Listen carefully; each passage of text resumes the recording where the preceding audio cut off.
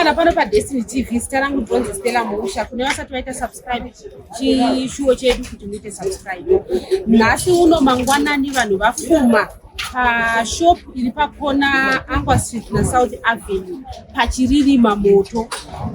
Shop yanga yakazara mafridge yatsva. Vanhu vatataura navo vamwe vari kuti munhu anga achida kubika tea ndiye auya akabatidza pakaita fort nemagetsi then pachizopatsva. Vamwewo vari kuti havasi kuziva kuti chii chaitika vazongoona moto wakubvira.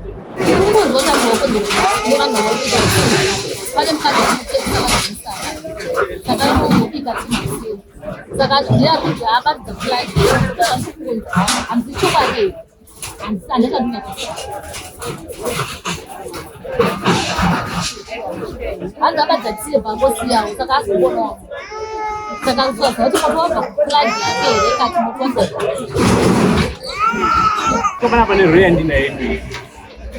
Mbona sikoti shoku tazindiri zonga ziriumu. Kwa sababu ni kwa wale ndio kucheri tanga tu. Yakati sio floda. Sasa hii December religion sana hii ndio bawa. Ni kama ndio kucheri mwita tuna. Ndio ta huko. Ukanya wakuze wewe kuti moto hii. Kuti moto watangasia hapana moto watangasia. Kwa sababu hizi moto watanga masevi but tunapata kwa malipo.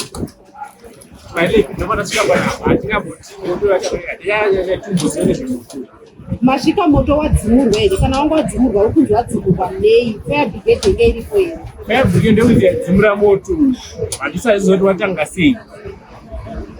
Kuti watanga sei vanhu vazobva kuku uchienda kuti tingatipa kutenda kuti munyepa tichataura izvozvo. Isitangosvikawo moto waita sei wadzima. Tangosvikerewo zvinhu zvedu chete chete. Moto zotanga sei vanozotanga sei hapana tikuziva. Wazodzima kumanguva imoto? Ndana nguva kuti nibate nguva chezeza ndingakunyeperepo. Nguva yatasvika vanhu vanga vachiedza kubvisa zvimwe zvezvinhu zvatsva kubva mumashopu mavo uye tichitarisa taona zvinobvisa tsitsi kuti zvinhu zvanga zvichitengeswa zvinhu zvitsva kunyanya mafiriji zvachira mukati. Zvishoma zvaburitswa. Panga patori vamwewo vanga vachitouya vachitenga zvinhu uye pane vamwewo vanga vane zvinhu zvavanga vachibvisa pamafiriji atsva anga ari mukati. Zita rangu Bronze Stella Musha. Musakanganwa kuita subscribe.